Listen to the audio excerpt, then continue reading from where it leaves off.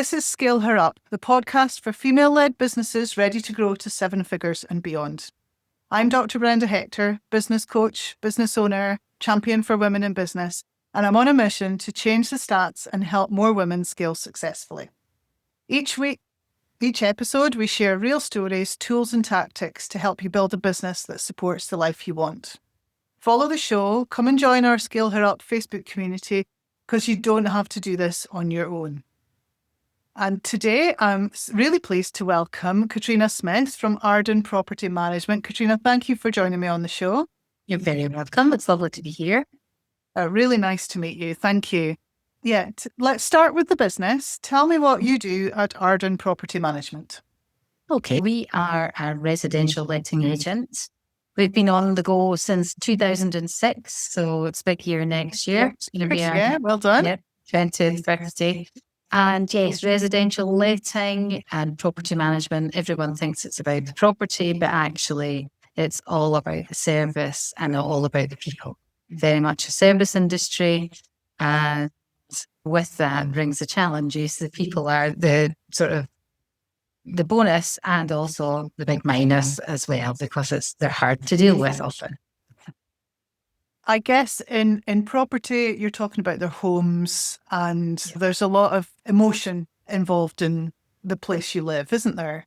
Yes, and I think for both parties, I think sometimes, and we're the middleman, so our job is obviously to help the two parties understand the other's perspective. So yes, it is the tenant's home and they want to have it looking great or as best it can be, but sometimes it has been the landlord's home. And so the landlord is upset because the tenant isn't treating it how they would like it to be treated. So it's a two-way street, and we have to encourage both parties to understand each other and respect each other's position, if you like. Are you the founder of Arden Property Management? Or Yes. Yeah. Okay, so talk me through that journey then. How did you come to start your own business? Very much by accident. I didn't get up one day and decide I was going to be a letting agent, that's for sure.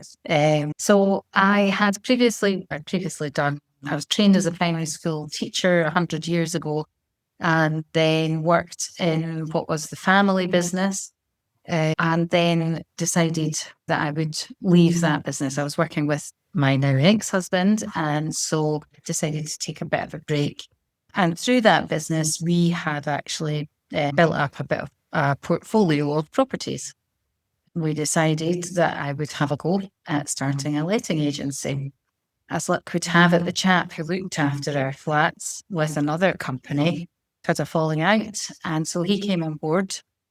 I knew nothing. He was the experienced letting agent, if you like, and we started off together. However, our partnership didn't last. Sometimes partnerships are tricky. There's different expectations. We did start off together, and I'm grateful for that help and experience that I gained from him, from Gordon. But really, since probably 2011, I've run the business myself. And just built it up from there. What have been the high points then over 20 years? Oh, there's been lots, and it's lots of fun. There's lots of lovely people. Helping people is always really rewarding. So it's nice when people are in a difficult situation and you manage to help them out. But high points, opening the first office. Mm-hmm. In fact, go back before that, actually getting our first random landlord, because we did start with our properties and then a friend of someone, a friend. But the first random landlord, and I remember the property was out in Range, that was a big high point and that was the first one I took on all by myself. So that, and then, opening the office. We actually did open a second office, which was great, but then decided that actually it wasn't that great, then came back to all being in one office. So I don't know. I've also acquired businesses over the years. So I've done that on a graded scale, if you like. And interestingly, because I was thinking about this chat really now, the businesses that I have acquired have all been from other females. That's interesting. It's interesting, isn't it? So let me dig into that a little bit then, because there are lots of letting agents, I guess, around. Did you acquire them because they were the right culture fit to join your business? Or I think the first one, not so much. The first one, I was very wet behind the ears and I wanted to grow the business. I suppose I was quite ambitious. I didn't, if I was going to do it, I wasn't going to be just playing at it. We were going to do the best I could. And it was a lady who was retiring. And that actually was a steep learning curve because the properties were awful. And so I wouldn't name the person, but they really were in poor repair and hadn't been managed well. But of course, you didn't know that until we got out there and got into them. So that was a bit of a learning curve. And then the second lady also was a retirer. In fact, pretty much all ladies retiring decided to do something else. Although the final one, or the most recent one of the principals actually come on board, which is great. So that's a bit different. But it's always mainly, people leaving the industry. So acquisition's it's a very obvious way to grow your business, but I think a lot of people might be a bit cautious and might not. Sure. So what would be your tips, having gone through it many times now? What would you be your tips to someone thinking of growth by acquisition? For me, I think what we learned was that the more prepared that you can be, so the better the relationship you have with the principal who's going to sell, the better the outcome and the better the retention. Because at the end of the day, I think, and that's also each time that I've acquired, all of the agencies and the big guns, they always have these retentions. They have figures that you don't get paid all your money on day one. You've got to wait a year or maybe 2 years. And if you've lost X amount of properties, you're only getting a certain percentage. So basically they try and chip away. So each time I've done those deals, I've been very honest and upfront. And so it's that openness, I think, in the deal. There were no retentions. We did the deal in good faith, and both parties were wanting the deal to succeed and to retain business as much as possible. So I think it's to be clear about what you want. I think in the end, you're always going to probably pay a bit more than you thought you were going to at the start. But I think it's quite tricky to get finance. So before you even start acquiring or even looking at an acquisition, you need to try and look at how are you going to raise the money, because especially in lettings, there's no bricks and mortar. Yes. So you're buying a customer list. Yeah. Yeah. And so funders are less keen to let you raise capital without something tangible. So how have you got around that then? What have we done? So first up, we did it through cash flow. Second time, through cash flow as well, we'd managed to build up a bit of a fund. Third time, I did get a loan. I was able to get a bank loan, but I had to provide security via properties, which I owned personally. And third time, very similar, and personal guarantees, which no one likes. Because, buying it, you'd have to be insane to sign them anyway, wouldn't you? But yeah, you do. Yes, a bit of property as security, but also I think your track record as well. People do take that into consideration. They very much, certainly for the third acquisition, I had a good working relationship with the lender. We had been a customer with them for a number of years, and so they were happy to support us. It's interesting you mentioned relationship again. So a good relationship with the seller and a good relationship with the lender. Yeah. How important relationships, aren't they? Oh, for sure. And I think that I think the way that this business has been done is different. As an observer of other, recently I was speaking to another company very recently, and it didn't go ahead. That company has subsequently been sold, but basically the two separate companies, none of the staff knew until the day it happened. They basically just all got chucked in at the deep end. And now, 18 months down the line, they've lost 30% of their landlords and all of the staff. There is not a single member of staff who was with previous either company is still there. Oh my goodness.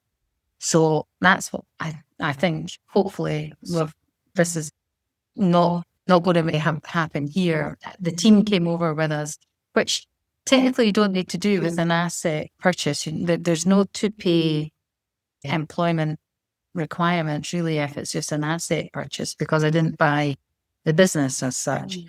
But I think it's so important that you have that continuity with but relationships, again, those are the relationships that the tenants and the landlords have with those staff in the other business. So, for sure. And these are the important things. But they're not important to everybody. There's plenty of investor type landlords who are only looking at the bottom line and they don't want to deal with any day-to-day. And actually, if I look at our business, we don't tend to attract that type of client so much. I would say they tend to go for bigger companies where, and dare I say it, they have been given a whole load of a big hard sell with lots of shiny graphs and charts and everything about what their yield's going to be, blah, blah, blah. And for them, it's not. And that's fine. That's a model and that's fine. But it doesn't tend to be the type of clients that we're dealing with. And actually, it's not my forte. I'm not a financial spreadsheet person. I'm looking at doing the best in each individual case with the people that are involved. So it's about the customer service for you. For sure. Yeah. 100%. Okay. I wanted to ask you, so you mentioned earlier on that you had acquired properties because you had a business, you mentioned the family business. And that's a common way business owners they're doing well, they've got cash and they invest in property. Yeah. So do you have any advice for business owners that are listening and are thinking of going down that route? Because it's heavily regulated and all of the tax implications and everything. I don't want you to get into all of that details. If you had 3 high-level tips that you would give to someone that's thinking of investing their business money in property. Okay, first of all, I would say come speak to me. Sure, for sure. Yeah. No, but joking aside, I would say go and speak to a letting agent and ask them what sort of property they should be buying, because I think even people who are running a business and they have experience often look at property with a bit too much of heart. And they look at it and think, oh, I don't like that. Oh, I wouldn't want to live there. But the thing is, most things will let and someone will want to live there. So go and speak to a letting agent and use a letting agent, because although the compliance, there is a lot of compliance, we're geared up to deal with it. And it's very straightforward. But also to be realistic, it is a business. Back to what we were saying earlier, sometimes tenants don't treat the property quite the way that they should, or circumstances change, maybe they lose their jobs. So you have to look at it in the same way as you look at any other business venture. There is an element of risk. Nothing's guaranteed, except perhaps the property growth. Data. I don't know. I'm in Aberdeen. We've seen some houses up here. Yeah. Fair enough. Unless there is an unusual set of circumstance like Aberdeen has experienced, generally speaking, you're going to get a good capital growth in the background. And depending on where you buy or what your aim is, do you want yield? Do you want long-term capital growth?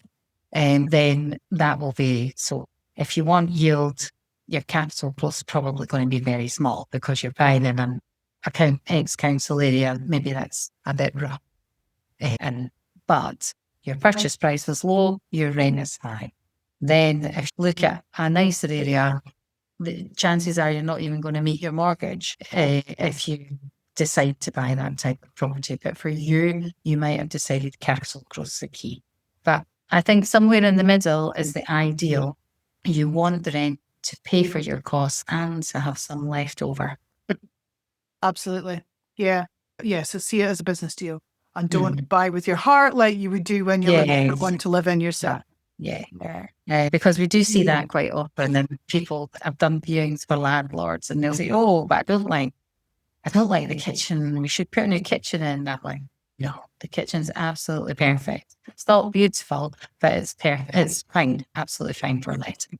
And that's not to say that nicer properties don't let more quickly or for a higher rent, but not proportionately. Okay. If it's as an investment, you're not going to be spending thousands of pounds on a designer kitchen. You're not going to ever get a return on that. So it has to be, you have to keep your business head on. Good. Great tips. Okay. When I come back to your business again, then I asked you about the highs. What have been the lows? Because 20 years, their business was a bit of a roller coaster. Yeah. I'm sure there were some lows as well.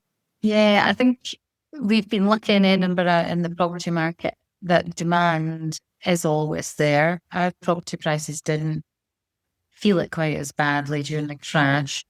The lows, I think, for me have been when maybe something's gone wrong and then you have to deal with that.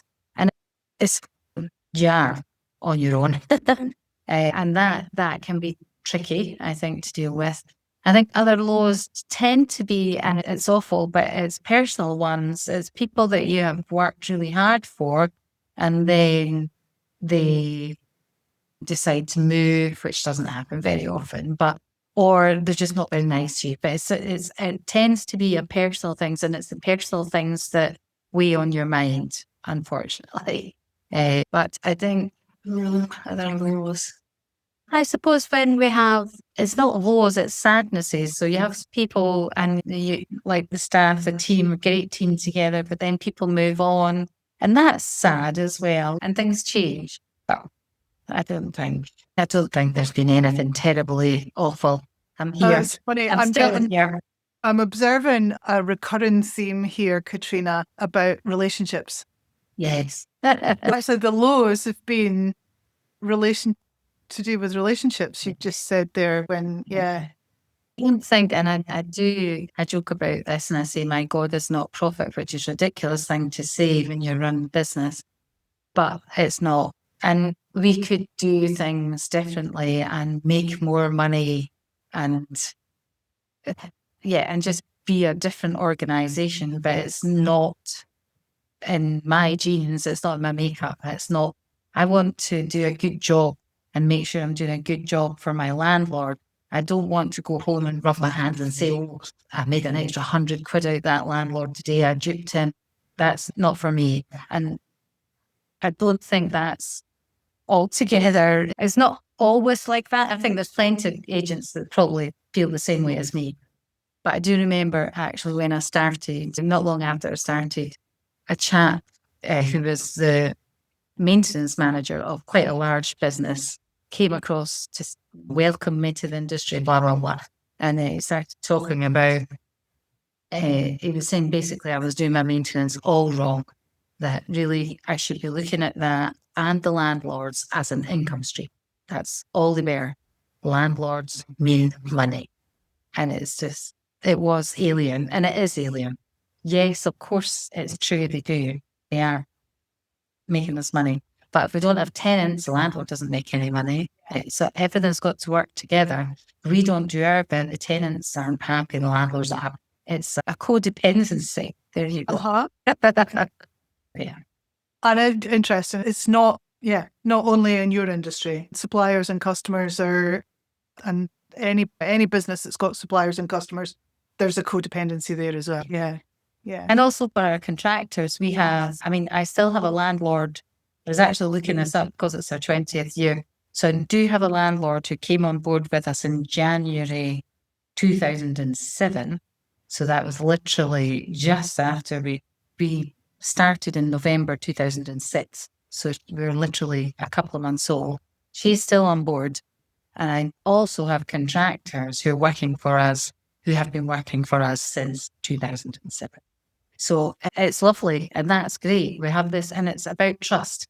And you build up trust and relationship. And And yeah, we look after our contractors as well. So if they say, oh, can you make sure this invoice gets through, or can you hold the rent till I get this invoice to you?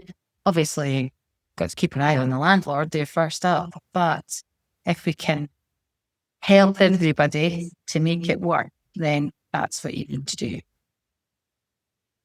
So what about Catriona then? What have you learned about yourself over your journey as a business owner? I think when I first started, I wasn't as well. When I first started, I was 40. So I wasn't young, but I had also been a mum. I had also been involved in other businesses. So I wasn't completely behind the years, but in many ways I was, because I was 100% responsible for things. So what I've learned is I'm much more forgiving of myself when I make mistakes now. I'm much more forgiving of others when they make mistakes as well, because we all make mistakes. So possibly less idealistic, and maybe more realistic and more pragmatic about things. But I have learned that you need to work hard and you need to be honest and treat people with respect. I think back then I knew that. I learned that. I think just more to know. That's a tricky one. You always ask me about me, that's always hard. No, just thinking about that, for being forgiving of yourself for making mistakes and forgiving others for making mistakes. Mistakes are when you learn. Oh, for sure. Yeah. And yes, and we always, if something goes wrong, let's not sit there beating our heads with a stone. We have to say, what happened? How can we stop that happening again? And yes, you do learn, absolutely, from mistakes. You don't want to make them, but stuff happens. And that's life. But yes, a bit more forgiving. But yeah, and I think, but there's never 2 days all in the business. Yes, there's never, people don't always do what you think they're going to do. So again, you're always learning, you're constantly learning, and you never know everything. Never ever know everything. I've a total agreement there. All of it, and the amount of knowledge that's out there for us to learn, that whether from book studies or from what other people have shared or just from our own experience, there's always loads to learn, isn't there? Yeah. And I think also when you're in a team, like a small team, like environment that we have, I think that it's very important that you're accountable, but you're also part of the team. I'm not going to ask somebody to do something that I wouldn't do. And I probably, maybe less so now, but certainly years gone by, I would always be trying to do absolutely everything to show them that I would work, I do this. Lead by example. Yes, very much. Yeah. But I think that's important for you, further to be respect, mutual respect. So how big's your team now? So we have 13 full-time staff and 12 full-time staff, 2 part-time, myself. It's not the biggest we've ever been actually, but the industry has changed and we kind of invested a bit in automations, if you like, but trying to get rid of, maybe improving processes, let's call it that, streamlining processes. And so that meant it freed up a bit more time for people to do stuff. So yes, we are the biggest we've ever been, but our team, I've had at one point 12 full-time members of staff and maybe 150 or so less properties. So interesting. Do you know, it's 2025, nearly 2026, that, you know, that it's a new age now, actually, where, do you use AI in your business then? Minimally. For advertising, or maybe writing descriptions for properties. I think maybe some individuals might use it for writing things. We use it for information. So as a resource to ask questions or how to do things. I think we've not really embraced how useful that can be. Certainly on the maintenance side of things, with fixing things and troubleshooting stuff, it's probably there's a lot of useful information there, or it could have a useful application even, but not hugely. Do you see it having more impact through time? Yeah. Yes, I think so. It's hard. It's hard to see exactly which things might change, because a lot of what we do is people to people, and we're not changing that. We still have to go and check the tenant into the property. We still have to go and visit the property to inspect it. These sort of things.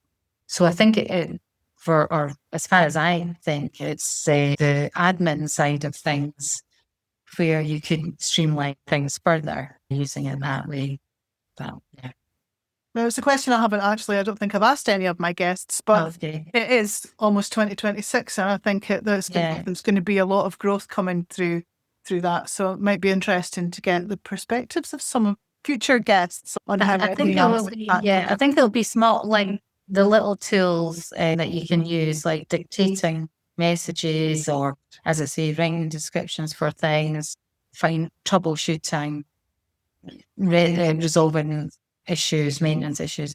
It'll be things like that, I think. But watch the space. I'm sure there'll be very interesting what's coming. Absolutely. I had a question in my head and it's just gone right out of my head there. Apologies. That's all right. Apologies.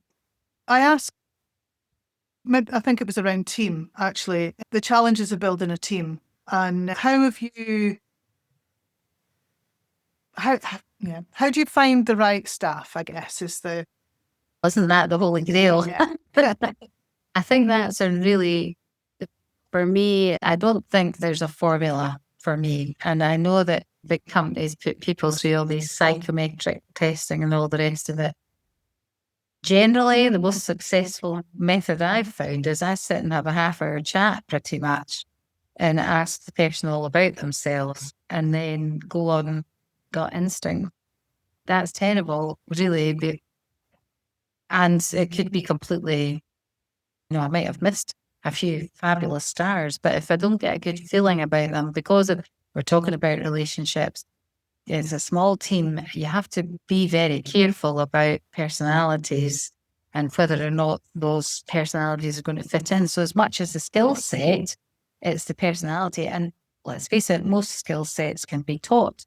Yeah. Maybe some aspects of dealing with people you can't teach. You inherently are good at that. But that comes across often, I think, in interview. But the nuts and bolts of how do you do a Word document? How do you do this? We can work with that. So I think my ethos also is because we've built up the business and roles can be fluid. So it's not, if we have someone who's a good team member, but they're not good at X, Y, and Z, we don't make them do X, Y, and Z until they're crying every night. We will look at their role and think maybe somebody else could do X and Y, and we'll just leave Z with you, type of thing. So mostly, although I suppose latterly I have become probably more fixed in the roles that we need filled. But we're flexible on that. I'd rather have the right person and move them into the right seat. Yes. And and if they're not comfortable with an aspect, then let's see if we can work around that. I'm just reflecting on what you were saying about having a conversation and trusting your gut. I run a business book club, and we're reading this month a book called Super Communicators by Charles Duhigg.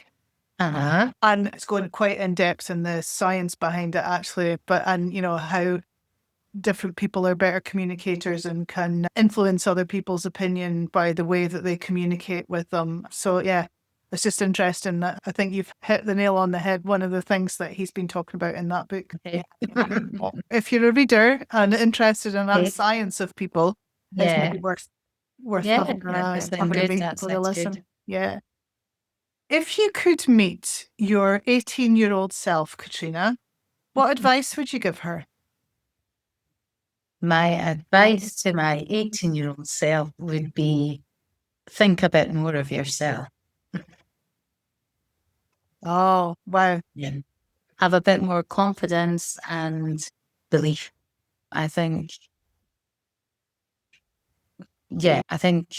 that it took me a long time to get to even starting a business, and it's not that I wasn't confident as a young woman. I was quite confident and I did things, but I didn't think I was very good. And then I actually turned out I was okay at these things. So yeah, think a bit more of yourself. Although nowadays, I don't think we need to tell young people that. I think they're all right on. So maybe it was a generation thing. Just thinking about my kids and their generation, yeah, I would love to think that imposter syndrome's less of a thing in their lives than in ours. Yeah. What advice would you have to other women looking to follow your footsteps, Catriona, to start a business or scale a business? For me, and this sounds daft, being a woman has never had anything to do with it. I've just done it because I was doing it. And I've never really, although I can see when I start looking, I can see that there's a bit of an old boys network goes on, or I don't play golf. Yeah. That, I think what I'm trying to say is women shouldn't think that because they are women, that somehow that's going to be any different to anybody starting a business. We're all just starting businesses.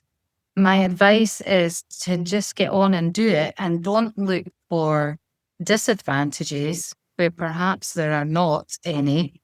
But if you do get advantages, take them. And potentially, yes, over the years, there maybe have been people who probably would have liked to work with a male. But I think all the things, especially if women are mothers and they have a family to run and they're looking after the family, even if they're not the main carer, it's still a big juggle. And all of these life skills that you learn, I joke and say, because I've got 4 kids, and I say that I learned my managerial skills, not at university, not doing business management, none of that, having 4 kids. And so that actually, when you're talking about employers, I never could understand why folk would say, previous involved in the old family business, oh, they didn't want her, oh, she's got kids, she says she'll never be at work because the kids are going to be ill. It's not true. Yes, you have to be flexible, but these are the people that are managing and they'll be making sure they're working hard, generally. Yeah. So yeah. I do believe if you give them the flexibility that they need, and they'll give you more back. For sure. Yeah. Yeah, so I've never seen it as a negative, really. I am a feminist because we are. And should be treated in every way as equals. But I'm a peopleist. Everybody has the same rights, but I was sad, actually. I'll tell you, one day a tenant came into our office and she was maybe in her 30s, late 20s, early 30s. And there had been a problem upstairs. I think her neighbour upstairs was smoking cannabis and she wasn't happy about it. And she'd come in and she wanted us to do something about it. And I said, it was the smell that was the problem. There were no antisocial behaviour. And I said, have you tried speaking to them? Maybe just knock on the door and explain that the smell is causing a problem in your property. And she says, oh no, I'm just a poor woman on my own. And I'm like, and that really gets my goat. All these people that were the suffragette chucking themselves in front of horses. And here we are in 2024, whenever it was, and that I'm just a poor woman on my own. Something's gone wrong if young people are thinking that we're all this. I know we'll not get into safety and all the rest of it, but we shouldn't be thinking. Well, it shouldn't be assuming that every conversation is a dangerous one. Yes, most conversations are not. We are people who should be valued the same way, and they shouldn't be saying I'm just So that made me sad. Yeah, no, I think that's a very good message to finish on. Yeah, let's let the message that you're giving to your 18-year-old self, isn't it? It's to everybody. Yeah, believe in yourself and stand up for, yeah. It's Catriona, it's been an absolute pleasure to talk to you today. Thank you very much for being on the show. Thank you. It's been my pleasure speaking to you. And thank you to you for listening to Scale Her Up. If you enjoyed this episode, follow the show and leave a review. It helps more female business owners find us. Come and join our Scale Her Up Facebook community to get support, accountability, and connection with other women who get it. And remember, only 1 in 3 UK entrepreneurs are female, and men are still 5 times more likely to scale their business beyond £1 million in turnover than women. When we start and scale our businesses to the same extent as men, we'll add 250 billion to the UK economy and create millions of jobs. Ladies, you can do it, and your business can make a massive difference.